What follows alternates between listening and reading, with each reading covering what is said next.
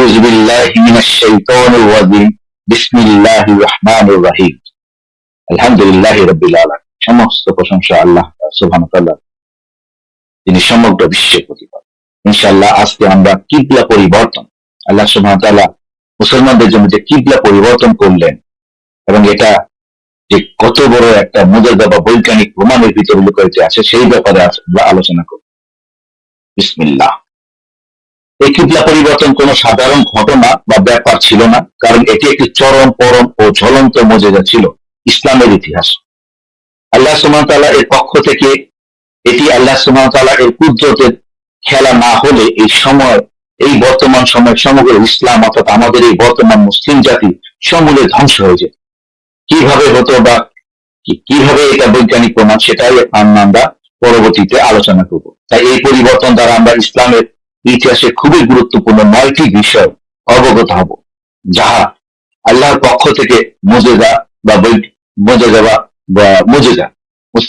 আলাইহি ওয়াসাল্লামের নবুয়তের প্রমাণ এবং বিশেষ করে ইসলাম ধর্মের ভবিষ্যতের প্রতিফলন ঘটানো হয়েছে এই কিবলা পরিবর্তনের দ্বারা। এখানে এই প্রতিফলনটি বর্তমান বিজ্ঞানকে হতবাক ও বিমূঢ় করে দিয়েছে। আমাদের 9টি বিজ্ঞান ও তথ্যভিত্তিক বিষয়সমূহ নিম্নরূপ, যথা বর্তমান সায়েন্স বা বিজ্ঞানের সাথে এই কিবলা পরিবর্তনের মিল বা অমিল বা সামঞ্জস্যটা কথা। পৃথিবীর বর্তমান এই অবস্থান বা বর্তমানের যে অবস্থানটা এবং এই অবস্থাটা এখন কি হতো যদি এই পরিবর্তনটি না হতো। এই পরিবর্তন কেন আল্লাহ সুবহানাহু ওয়া তাআলার পক্ষ থেকে মুজিজা এবং শেষ নবীর একটি বিশেষ চিহ্ন, কেন এবং কিভাবে এই পরিবর্তন মাজার পূজারীদের বা মাজার পূজার বিপরীতে কথা বলছে। এই পরিবর্তন কেন মুসলিম ঐক্যের সবচেয়ে বড় নিদর্শন। অন্যান্য কিতাবীরা বা বিধর্মীরা কেন এতদিন পর্যন্ত এটি তাদের কিবলা হিসাবে সিলেক্ট করতে পারেনি বা দখল করতে পারেনি, যদিও তারা জানত যে এটি প্রথম আদি ইবাদতের ঘর। কেন এই পরিবর্তন মক্কা বিজয়ের ঘোষণা, কেন এই পরিবর্তন মুসলিমদের প্রথম বদরের যুদ্ধ বিজয়ের ঘোষণা, এবং এই পরিবর্তনের প্রাথমিক 23টি কারণ কি কি। সুতরাং এই 9টি বিষয় জানার আগে আমরা দেখি যে কিবলা পরিবর্তনের প্রেক্ষাপটটা কি ছিল, কোন প্রেক্ষাপটে কিবলা পরিবর্তন করা হয়েছিল। বদরের যুদ্ধ সংখ্যা ঘন, যুদ্ধের ঘন সংখ্যা এইরূপ পরিবেশে 2য় হিজরি শাবান মোতাবেক ঈসাই 624 এর ফেব্রুয়ারি মাসে আল্লাহ সুবহানাহু ওয়া তাআলা মুসলমানদের কিবলা বা বাইতুল মুকাদ্দাস থেকে মসজিদে হারামের দিকে পরিবর্তনের নির্দেশ দান করেন।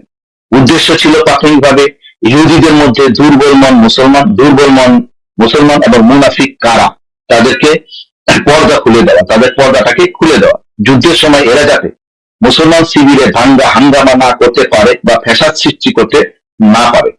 মুসলমান শিবির থেকে তাদের বেছে বেছে বাহির করা হলো, যাতে ইসলামী শিবিরের রণসারি সব ধরনের গাদ্দার ও মুনাফিক থেকে বিমুক্ত হয়, যাতে মুমিনরা ঈমানের অমীয় সুধাদীপ্ত হয়ে হকের মশাল, আল্লাহর মশাল, দ্বীনের মশাল, ইসলামের মশাল এবং পৃথিবীর আকাশে চির অনির্বাণ রাখার দৃঢ় প্রত্যয়ে দাঁড়িয়ে যায়। তাছাড়া এই পরিবর্তন আল্লাহ সুবহানাহু ওয়া তাআলা নিম্নের বর্ণিত বেশ কিছু সূক্ষ্ম ইঙ্গিত আমাদেরকে দিয়েছেন এই পরিবর্তনের মাধ্যমে, যেখানে আল্লাহ সুবহানাহু ওয়া তাআলা এর প্রতিফলিত মুজিজা সমূহ প্রকাশিত হবে এবং মুজিজা সমূহ আলোচনা করা হবে ইনশাআল্লাহ।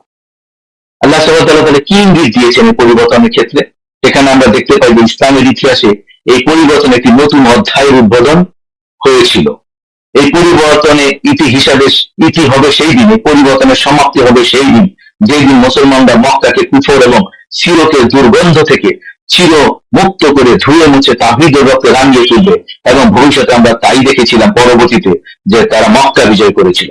কেননা কোন কাওমের কিবলা তার শত্রু হাতে থাকবে, এটি বড় বিস্ময়ের ব্যাপার নয় কি, যাতে এই কিবলা কোন শত্রু হাতে না থাকে। এই জন্য এই পরিবর্তনের আদেশ দিয়ে সবার মনের ভিতরে একটা স্পৃহা এবং উদ্দীপনা তৈরি করা হয়েছে। আর যদি অন্যের হাতে থাকে তাহলে মুসলমানরা এটা অবশ্যই উদ্ধার করবে। এটাই ছিল পরিবর্তনের আরেকটি উদ্দেশ্য। সেই পরিবর্তনের ফলে অনেক প্রতিকূলতার মাঝেও ঈমানদারদের উৎসাহ উদ্দীপনা কয়েক গুণ বেড়ে গেল এবং আল্লাহর কালিমা বুলন্দির জন্য সাহাবীরা প্রকাশ্য সমরে দুশমনের মুখোমুখি হওয়ার নেশায় বিভোর হয়ে গেলেন। অতএব এই কিবলা পরিবর্তনের মাধ্যমে আল্লাহ সুবহানাহু ওয়া তাআলা কিভাবে মুসলমানদের বা মুমিনদের অন্তরে উপরোক্ত নেশা, সাহস ও যুদ্ধ জয়ের আকাঙ্ক্ষা জুগিয়েছেন, তাহা পবিত্র কুরআনের নিম্নোক্ত আয়াত সমূহের মাধ্যমে তুলে ধরা হলো। যেখানে আল্লাহ সুবহানাহু ওয়া তাআলা কি কি নির্দেশ, ইঙ্গিত ও মুজিজা দেখিয়েছেন তাও সংক্ষেপে তুলে ধরা হচ্ছে। সূরা বাকারা 2 নম্বর সূরা, আয়াত 142 থেকে 158। এখানে এই 17টি আয়াতে আল্লাহ সুবহানাহু ওয়া তাআলা কিবলা পরিবর্তনের কারণ, পৃথিবীর ভবিষ্যতের অবস্থা কেমন হবে এবং সর্বশেষ আয়াতটি বিজ্ঞানের বা সায়েন্সের সাথে এর তাৎপর্য কি বা কোথায় সেটি সহ অনেক কিছুরই ইঙ্গিত প্রদান করেছেন। যেখানে সূরা ফাতিহা 48 নম্বর সূরা পবিত্র কোরআনের আয়াত 27 সমগ্র অবস্থাটি আরো সুদৃঢ়ভাবে বুঝাতে সাহায্য করেছে। সূরা বাকারা আয়াত 142, এখানে বলা হচ্ছে, এখন তো এই নির্বোধেরা বলি দিয়েছে, তাহারা অর্থাৎ মুসলমানরা যে দিকে পূর্বে মুখ করিত, নিজেদের কিবলা হইতে তাহাদিকে কিসে ফিরাইয়া দিল? আপনি বলিয়া দিন, মাশরিক এবং মাগরিব আল্লাহর অধিকারে রহিয়াছে। এই শব্দ দুটি, এই যে মাশরিক এবং মাগরিব, সূরা আর রহমান আয়াত 17 এবং সূরা বাকারা আয়াত 115 সহ অনেক সূরাতে বিভিন্ন আঙ্গিকে এই মাশরিক এবং মাগরিব দ্বারা আল্লাহ সুবহানাহু ওয়া তাআলা তার বিশেষ ক্ষমতা এবং বিশেষত্বকে ব্যক্ত করেছেন। উদাহরণস্বরূপ অক্সফোর্ড ইউনিভার্সিটি ডিকশনারিতে যদি আমরা দেখি যে মাশরিক বলতে তারা বুঝেছেন eastern part of our world, ব্যাখ্যাতে এবং এর ব্যাখ্যাতে বলা হয়েছে located to eastern Asia to western Africa, অর্থাৎ এই বিশালত্বকে বুঝিয়েছে। এখানে উল্লেখ করা হয়েছে, আরো ব্যাখ্যা করা হয়েছে, this name is derived from the verb, অর্থাৎ এই নামটি একটি বিশাল ক্রিয়ার ফল বা নাম। অন্যদিকে আরবিতে সারাকা শিন রা অক্স বলতে এখানে to shine, illuminate, radiate, to rise from sharp root, অর্থাৎ সারাক অর্থ referring to the full of entire east, অর্থাৎ যার কোনো সমাপ্তি নেই, সমগ্র ইস্টের দিকে যেতে থাকবে। ওয়ার দ্য সানরাইজ, যেখান থেকে সূর্য উদিত হয়, অর্থাৎ এক বিশালত্বের মাঝ থেকে সূর্য উদিত হচ্ছে, যেই দিকের কোনো সীমানা নেই।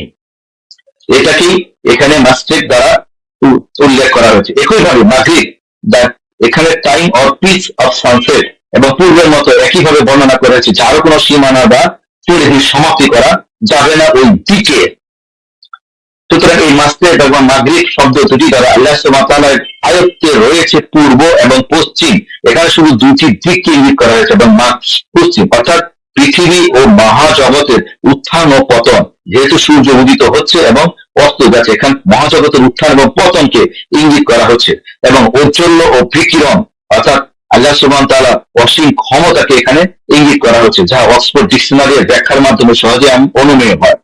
সুতরাং এই আয়াতের বিশালতা অনেক বড়, অর্থাৎ এই কিবলা পরিবর্তনের শুরুতে আল্লাহ সুবহানাহু ওয়া তাআলা বোঝালেন এই পরিবর্তন আমার মুজিজা হবে এবং মুহাম্মদ সাল্লাল্লাহু আলাইহি সাল্লামের নবুয়তের প্রমাণ হবে, এবং আমাকে সম্মান, সিজদা ও তাওয়াফের সাথে পবিত্র হজের মাধ্যমে হবে, যা আমাদের বিশালত্ব, যা আল্লাহ সুবহানাহু ওয়া তাআলার বিশালত্ব ও ক্ষমতাকে নির্দেশ করবে।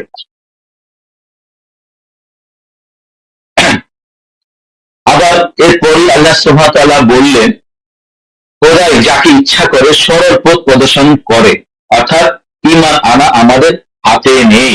অর্থাৎ এই আয়াতের মাধ্যমে আমরা সেটাও দেখতেছি যে ঈমান আনা বা না আনা আল্লাহর হাতে। আমরা শুধু ইসলাম ধর্ম কবুল করে আল্লাহ আনুগত্য প্রকাশ করি, কিন্তু কতটুকু ঈমান আনবো বা কি পরিমাণ নিজেদেরকে আল্লাহর পথে নিয়ে যাব, সেটা নির্ভর করবে ঈমানের শক্তি দৃঢ়তার উপর। এখানে উল্লেখ করা যায় যে এই আয়াতের ভিতরে নবী করিম সাল্লাল্লাহু আলাইহি ওয়াসাল্লাম মদিনায় আসিয়া প্রায় 16-17 মাস পর্যন্ত বাইতুল মুকাদ্দাসের দিকে মুখ করিয়া নামাজ পড়তেন। অতঃপর তিনি কাবার দিকে ফিরিয়া নামাজ পড়িতে আদিষ্ট হইলেন আল্লাহ সুবহানাহু ওয়া তাআলা দ্বারা। ইহাতে ইহুদি, নাসারা এবং মুনাফিক এবং অন্যান্য কোন কোন মুসলিমদের উপর মাথায় বাজ পড়ল, এবং সেই সুযোগে তারা নানা প্রকার সমালোচনা করিতে লাগিল। এই উদ্দেশ্যেই আয়াতগুলি আল্লাহ সুবহানাহু ওয়া তাআলা পরবর্তীতে আরো আয়াত নাযিল করেন। আয়াত 143, এখানে বলা হচ্ছে, আর এই রূপে আমি তোমাদেরকে এমন এক সম্প্রদায় করিয়াছি যাহারা মধ্যপন্থার ভিত্তিতে সুপ্রতিষ্ঠিত, অর্থাৎ আমাদের ইসলাম ধর্ম আসলে মধ্যপন্থার ভিত্তিতে সুপ্রতিষ্ঠিত, এখানে কোনো ঘোরামি নেই।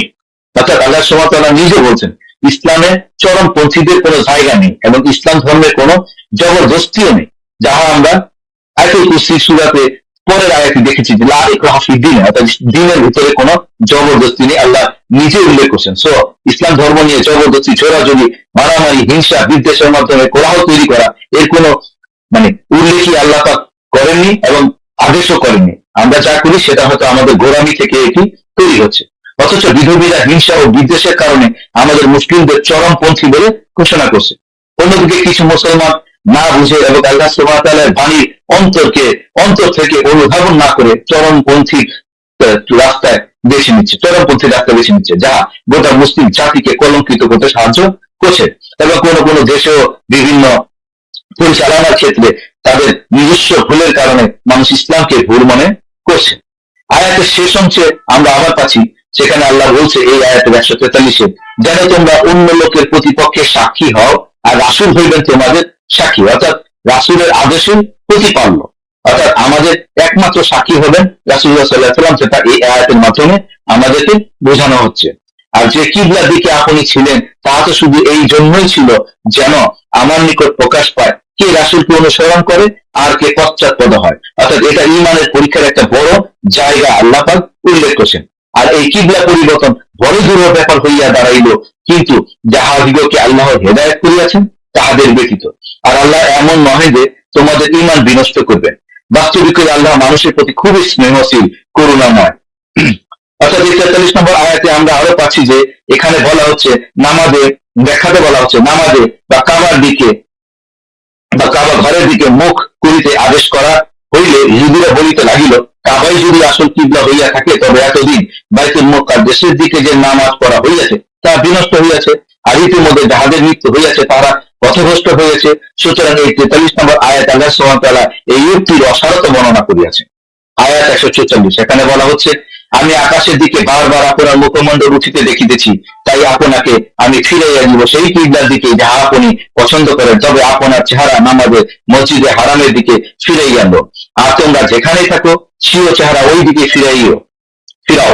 আর এই আহলে কিতাবরা অধিকরূপে জানে যে ইহা খুবই সত্য তাহাদের প্রভুরই তরফ হইতে, আর আল্লাহ তাহাদের কার্যকলাপ হইতে মোটেই বেখবর নয়। অর্থাৎ মুহাম্মদ সাল্লাল্লাহু আলাইহি ওয়াসাল্লাম প্রথমে ফেরেশতার মাধ্যমে আদিষ্ট হওয়ার পর এই কিবলা পরিবর্তনের ব্যাপারে খুবই অস্বস্তি অনুভব করতেছিলেন এবং তিনিও জানতেন এইরকম যুদ্ধময় পরিবেশে একটি কঠিন সিদ্ধান্ত জানালেন আল্লাহ সুবহানাহু ওয়া তাআলা, কিন্তু তিনি বিশ্বাস করতেন যাবতীয় কার্য আল্লাহ সুবহানাহু ওয়া তাআলা নিয়ন্ত্রণ করবেন এবং এটি প্রকাশ্য মুজিজা আল্লাহ তাআলার পক্ষ থেকে প্রকাশিত হবে, কারণ ভবিষ্যতে আল্লাহ সুবহানাহু ওয়া তাআলা সব সমাধান করে রেখেছেন, এটি তিনি বিশ্বাস করতেন। এইভাবে আমাদের অন্তরে আমাদের বিশ্বাস করতে হবে যে আমাদের জীবনকে যদি আমরা সত্যিকারের ঈমানের পথে আনতে পারি তাহলে কিন্তু আল্লাহ সেই বিশ্বাসটা দৃঢ়ভাবে আপনি পেয়ে যাবেন। আর আপনি যদি অন্তরে বিশ্বাস না থাকে তখন শয়তানের ধোঁকায় পড়ে বিভিন্ন রকম কার্যকলাপ আমরা করতে থাকবো। যেমন আয়াত 145, এখানে বলা হচ্ছে, আর যদি আপনি আহলে কিতাবদের সম্মুখে যাবতীয় প্রমাণাদিও উপস্থিত করেন তবুও তারা আপনার কিবলাকে গ্রহণ করিতে পারে না, এবং ইহাদের কোন দলই অন্য দলের কিবলাকে গ্রহণ করে না। আর যদি আপনি তাহাদের আত্মপ্রবৃত্তিকে গ্রহণ করেন আপনার নিকট জ্ঞান আসার পরে তবে নিশ্চয়ই আপনি জালেমদের মধ্যে পরিগণিত হবেন। কঠিন ব্যাপার, চিন্তা করুন। আল্লাহ সুবহানাহু ওয়া তাআলা তার প্রিয় হাবিব মুহাম্মদ সাল্লাল্লাহু আলাইহি ওয়াসাল্লামকে সতর্ক করে দিচ্ছেন যাতে কোনো ব্যাপারে বিধর্মীদের আত্মপবিত্তির অনুসরণ বা তাদের কথা মতো না চলে। নিজের দোষ নিজে কখনো কোনো সাহিত্য বা কিতাবে কেউ বলে না। সুতরাং এটি আল্লাহ সুবহানাহু ওয়া তাআলার পক্ষ থেকে মুজিজা, কারণ সাল্লাল্লাহু আলাইহি ওয়াসাল্লাম এখানে তার নিজের দোষের কথা বলতেছেন। এটা কোনো সহজ ব্যাপার নয় যে তাকে সতর্ক করা হচ্ছে আল্লাহর পক্ষ থেকে ইহুদি, নাসারা, বিধর্মী এদের কথা অনুযায়ী না চলার জন্য। আর বর্তমানে তাহলে আমরা কি করছি এটা একটু ভাবা দরকার। আর আল্লাহ সুবহানাহু ওয়া তাআলা তার হাবিবকে যদি এত কঠোরভাবে বলতে বা সতর্ক করতে পারে তাহলে আমরা কিভাবে পরীক্ষা ছাড়া খুব সহজে ভেস্তে আশা করতে পারি? অথচ পবিত্র কোরআনে আল্লাহ সুবহানাহু ওয়া তাআলা অনেকবার বলেছেন পরীক্ষা ছাড়া কোনো বান্দাকে ভেস্তে যেতে দিবে না। অর্থাৎ আমরা সবাই যে যার অবস্থানে পরীক্ষার মধ্যে আছি, সুতরাং আল্লাহর আদেশ যথাযথ সঠিকভাবে পালন করতে হবে। এখন আপনাকে চিন্তা করতে হবে, আমাকে চিন্তা করতে হবে আমি কোন পরীক্ষার মধ্যে আছি। অর্থাৎ আমি আমার যে অবস্থানে আছি, আমি আমার যে দায়িত্বে আছি, আমি আমার যে কর্তব্যে আছি সেটা কি সঠিক ইসলামের পথে ব্যয় করে, ইসলামিক রাস্তায় ব্যয় করতেছি কিনা, আল্লাহ হুকুমে ব্যয় করতেছি কিনা, আল্লাহ কোরআনে যেসব চরিত্রের কথা বলেছে, যে চরিত্র গঠনের জন্য যত ইঙ্গিত দিয়েছে, সত্য কথা বলা, মানুষের হক নষ্ট না করা, মানুষকে ইমানের দিকে নিজের ইমানকে সুদৃঢ় রাখা, মানুষকে না ঠকানো, এইসব কাজগুলি আমরা করতেছি কিনা। শুধু মাথায় টুপি দিয়ে নামাজ পড়লাম আর মনে করলাম যে আমি ইমানদার হয়ে গেছি। মনে করতে হবে আপনি নামাজ পড়তেছি, এটা আল্লাহ ফরজ করেছে, এটা আমরা আল্লাহ আনুগত্য প্রকাশ করতেছি। ইমান নির্ভর করবে আপনার ইয়াকিনের উপরে, আপনি কি পরিমাণ কি আল্লাহকে ভয় পাচ্ছেন, সত্যিকারে ভয় পাচ্ছেন কিনা, এই উপরে ইমান নির্ভর করবে। এই আয়াতে আমরা আরো বুঝতে পারছি যে এখানে 145 নম্বর আয়াত আল্লাহ সুবহানাহু ওয়া তাআলা আরো বলছেন ওই ঐক্যের কোন উপায় এখানে নেই, অর্থাৎ বিধর্মীদের সাথে ঐক্যের কোনো উপায় নেই। ইসলামের নিয়ম অনুযায়ী চলতে হবে, তাহলে সবাই উপকৃত হবে, সব জাতি উপকৃত হবে। আহলে কিতাবদের আপনার সঙ্গে যেরূপ জেদ রহিয়াছে, তদ্রূপ তাহাদের নিজেদের মধ্যে ঐক্য নাই। ইহাদের কোন দলে অন্য দলের কিবলাকে স্বীকার করে না, যেমন ইহুদিদের কিবলা বাইতুল মুকাদ্দাস এবং নাসারাদের কিবলা পূর্ব দিক, আর তাহাদের এই সমস্ত কিবলা বর্তমানে রহিত হইয়া গিয়াছে, সুতরাং আপনি তাহা কিছুতেই গ্রহণ করতে পারেন না। আয়াত 146 থেকে 150 এখানে আমরা যে কথাগুলি পাচ্ছি যে কিবলার সাথে সম্পর্কিত, যেমন আয়াত 146, যাদেরকে আমি কিতাব দিয়াছি তাহারা রাসূল সাল্লাল্লাহু আলাইহি সাল্লামকে এই রূপে চিনে যেরূপ তারা আপন পুত্র দিকে চিনিয়া থাকে, আর নিশ্চয়ই ইহাদের কেউ কেউ বাস্তব সত্যকে ভালোভাবে জানা সত্ত্বেও গোপন করিতেছে। যেমন এই কিবলা পরিবর্তনটা একটা বাস্তব সত্য ছিল, আদিকাল থেকে বিভিন্ন নবী এখানে এসেছে, অথচ প্রথম একমাত্র মুসলিম যেহেতু মুহাম্মদ সাল্লাল্লাহু আলাইহি সাল্লামকে শেষ নবী হিসাবে ঘোষণা করা হয়েছে, সুতরাং শেষ নবী শেষ চিহ্ন থাকবে, এটাই স্বাভাবিক। এটাও সেই ইহুদিরা ভালো করে জানতো, কিন্তু তারপরে তারা সেটাকে মেনে নিতে পারছিল না। আয়াত 147, এই বাস্তব সত্য আপনার প্রভুর নিকট হতে, সুতরাং আপনি কখনো সংশয়ীদের মধ্যে পরিগণিত হইবেন না। আয়াত 148, প্রত্যেক ধর্মাবলম্বী ব্যক্তির জন্য এক একটি কিবলা রয়েছে, যার দিকে সে মুখ করিয়া থাকে, নিশ্চয়ই ইহা সম্পূর্ণ সঠিক আপনার প্রভুর তরফ হইতে। অর্থাৎ যেখানে প্রত্যেক ধর্মের লোকেরা তাদের একটা কিবলাকে তৈরি করে নিয়েছে, সেখানে মুসলমানদের শেষ নবী চিহ্ন, শেষ আল্লাহ সুবহানাহু ওয়া তাআলার পক্ষ থেকে আসবে, এটাই তো স্বাভাবিক, এটাই এখানে উল্লেখ করা হচ্ছে।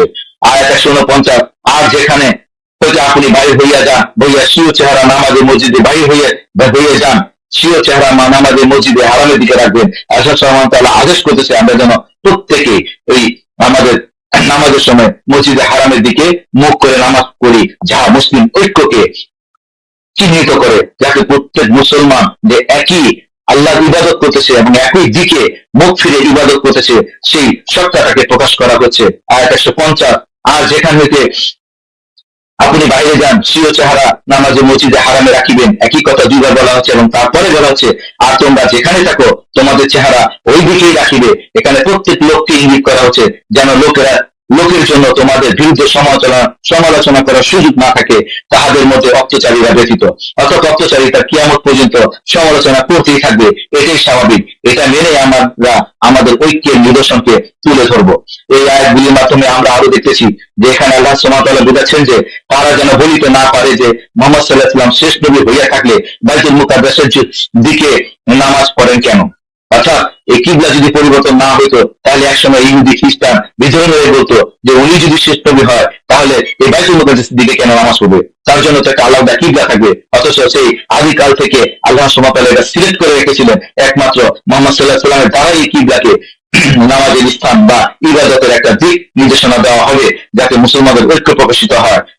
এটা আল্লাহ সুবহানাহু ওয়া তাআলার পক্ষ থেকে একটা মুজিজা ছিল, কারণ এত নবী এসেছে কেউ এটা নিয়ে চিন্তাও করতে পারেনি, অথচ কাবাই তাহার প্রকৃত কিবলা হওয়া এবং তাহার নবুয়তের অন্যতম নিদর্শন, এটাই এখানে প্রকাশ করা হচ্ছে। সুতরাং এত ধর্ম এত কিবলা তৈরি হলো, অথচ মক্কা তখনও কেউ সিলেক্ট করে নাই। কিতাবীরা জানে এটি সর্বপ্রথম পবিত্র ও ইবাদতের স্থান, সুতরাং এটি আল্লাহ সুবহানাহু ওয়া তাআলার পক্ষ থেকে একটি ঐশ্বরিক বাণী। এই আয়াতগুলির মাধ্যমে আমরা আরো দেখছি এখানে আল্লাহ সুবহানাহু ওয়া তাআলা আবার বলছেন, যাহারা ন্যায় নীতি ও কাণ্ডজ্ঞানহীন তাহারা তবুও বলিবে যে এ আবার কোন নবী, সব নবীর বিরোধী করিয়া কাবার দিকে নামাজ পড়ে। সুতরাং আমাদের অনুভব করতে হবে কেন আল্লাহ সুবহানাহু ওয়া তাআলা পবিত্র কোরআনে অনেকবার এই কিবলা পরিবর্তন এবং কাবা ঘরের ব্যাপারে আমাদের আদেশ ও নির্দেশ দিয়েছেন। এই পর্যন্ত আয়াতসমূহতে আমরা পূর্বের 9টি প্রশ্নের উত্তরগুলো পেয়ে যাব ইনশাআল্লাহ, যেখানে পরবর্তী 8টি আয়াতে অর্থাৎ 158 নম্বর আয়াত পর্যন্ত সায়েন্স বা বিজ্ঞান ভিত্তিক স্পষ্ট প্রমাণ ও মুজিজা সমূহ বিদ্যমান রয়েছে, যা আমরা প্রকাশ করব পরবর্তী পর্যায়বৃত্তের মাধ্যমে। অতএব উপরোক্ত আয়াত ও তার ব্যাখ্যা বিশ্লেষণের ফলে আমরা যে ঘটনা ও প্রমাণ সমূহ অনুভব করতে পারছি তাহা সুস্পষ্ট 3টি কারণ সমূহের মাধ্যমে দেখতে পাবো। এবং এখানে দেখতে পাবো যে আল্লাহ সুবহানাহু ওয়া তাআলা সমগ্র মানব জাতির মঙ্গলের জন্য এই কিবলা পরিবর্তন করেছিলেন, সমগ্র মানব জাতির মঙ্গলের জন্য।